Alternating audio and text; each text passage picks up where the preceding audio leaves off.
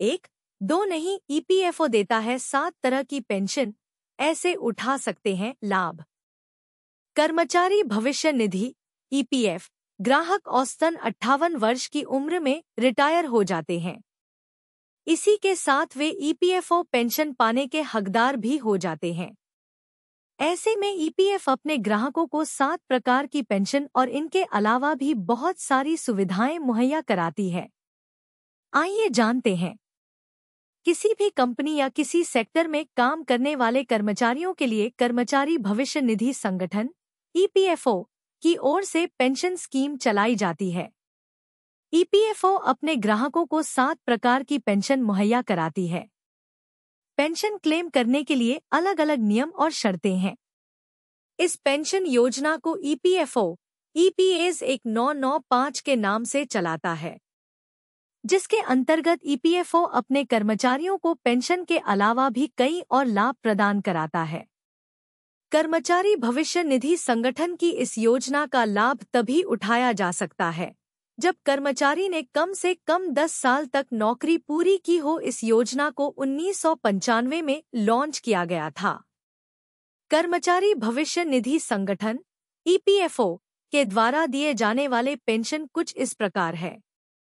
आइए जानते हैं कौन सी हैं ये 7 योजनाएं। सुपर एनुवेशन या वृद्धावस्था पेंशन। ईपीएफ इस पेंशन योजना के तहत उन कर्मचारी को लाभ देता है जिन्होंने 10 साल पूरे कर लिए हैं।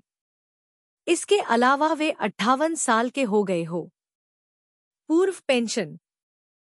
अगर आपकी उम्र 50 साल से ज्यादा है, साथ ही अगर आपने अपनी सेवा के 10 साल पूरे कर लिए हैं, उसके बाद नौकरी छोड़ दिया है और किसी ऐसे संस्थान में काम नहीं करते जहां ईपीएफ अधिनियम मान्य नहीं है, ऐसी स्थिति में आप पूर्व पेंशन का लाभ उठा सकते हैं। दिव्यांग पेंशन।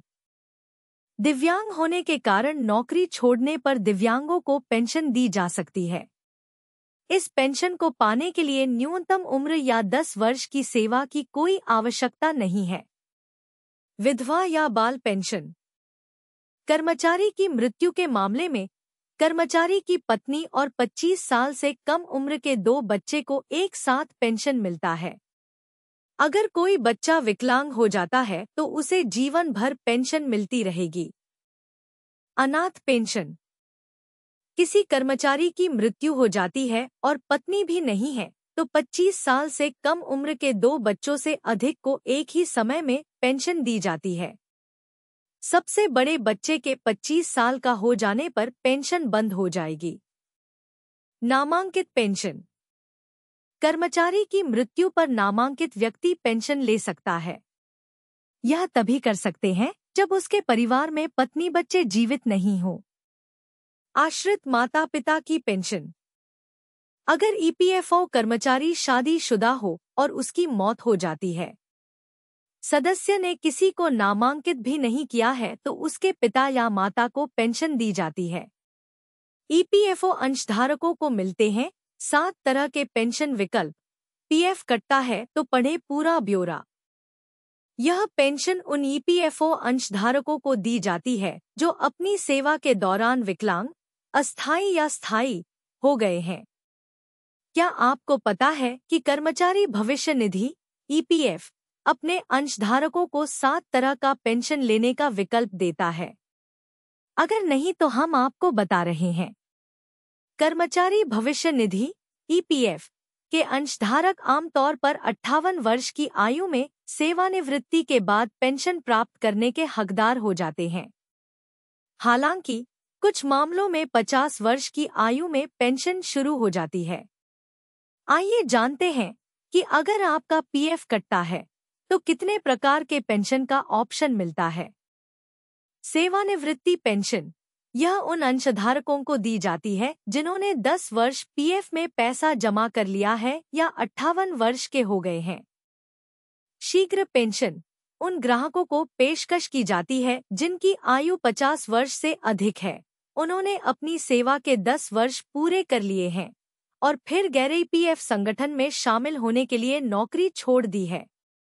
शीघ्र पेंशन के मामले में ग्राहक प्रत्येक वर्ष के लिए 4% कम पेंशन प्राप्त करने के पात्र बन जाएंगे। विकलांग पेंशन। यह पेंशन उन ईपीएफओ अंशधारकों को दी जाती है जो अपनी सेवा के दौरान विकलांग, अस्थायी या स्थायी हो गए हैं। विधवा या बाल पेंशन। अंशधारक की मृत्यु के मामले में अंशधारक की विधवा और 25 वर्ष से कम उम्र के 2 बच्चे एक साथ पेंशन के लिए पात्र हो जाते हैं। अनाथ पेंशन। जब किसी अंशधारक की मृत्यु हो जाती है और पत्नी भी नहीं है तो 25 वर्ष से कम उम्र के 2 से अधिक बच्चों को एक ही समय में पेंशन की पेशकश की जाती है। Nominee pension. अंशधारक की मृत्यु पर नॉमिनी व्यक्ति पेंशन प्राप्त करने का हकदार हो जाता है और यह ईपीएफओ पोर्टल पर ग्राहक द्वारा भरे गए इनामांकन फॉर्म पर आधारित होता है। आश्रित माता पिता की पेंशन। जब मृत ईपीएफओ अंशधारक अविवाहित हो जाता है तो उसके आश्रित पिता पेंशन के लिए पात्र हो जाते हैं। पिता के बाद ग्राहक की मां पेंशन पाने की हकदार हो जाती है। पेंशन प्राप्त करने का उनका अधिकार जीवन भर जारी रहेगा। इसके लिए फॉर्म 10D भरना होगा। EPFO new update. पीएफ कर्मचारी नया अपडेट देख हो जाएंगे खुश, मिलेगी छप्परफाड़ पेंशन। EPFO new update. दोस्तों, हर साल पीएफ कर्मचारियों को ब्याज देने के अलावा सरकार एक और शानदार योजना भी चलाती है जिसके तहत हर महीने पेंशन मिलने का प्रावधान है। नौकरी छोड़ने के बाद आप जीवन भर पेंशन का लाभ उठा सकते हैं जिससे किसी भी तरह के खर्च में कोई दिक्कत नहीं होगी। पीएफ जमा करने वाली संस्था का नाम कुछ और नहीं बल्कि ईपीएस एम्प्लॉयज पेंशन स्कीम है, जिसके माध्यम से हर महीने पेंशन देने का काम किया जाएगा।